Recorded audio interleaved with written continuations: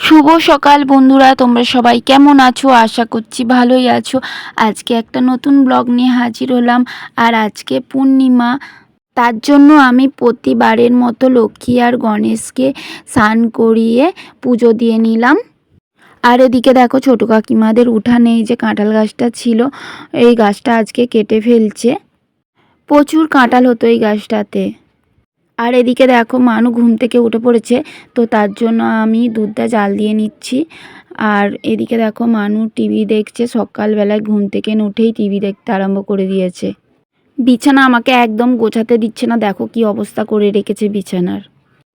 আর এদিকে দেখো সকালবেলা বরমশাই বাজার গিয়েছিল, তো বাজার থেকে কিছু সবজি এনেছে। আজকে গুরু পূর্ণিমা, তার জন্য দুরকমভাবে খাবার হবে। মা আর বাপি আজকে শুকনো খাবার খাবে, আর আমাদের তিনজনের ভাত হবে।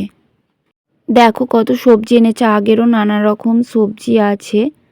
আমাদের তো তরকারিপত্র অল্প অল্পই হয়, সবাই খুব বেশি পছন্দ করে না, তো তার জন্য।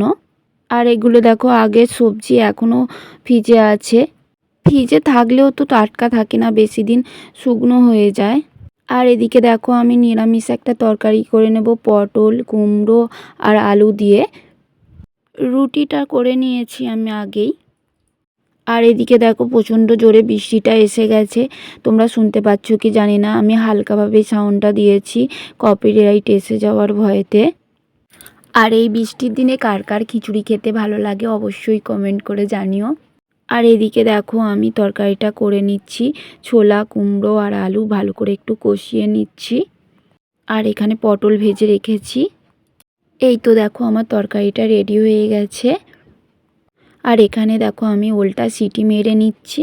আর আজকে আমাদের রান্না হয়েছিল চিচিঙে ভাজা, ওল ভাতে আর মাছ দিয়ে আর সবজি দিয়ে ঝোল হয়েছিল। তো এটাই আজকে আমাদের মেনু। একটা জিনিস এনেছি, দেব না? কি বলো তো? লজেন? তুমি কতটা আনন্দ পাবে যদি দেখাই? অতটা? কতটা আরেকবার দেখাও। এই দেখো,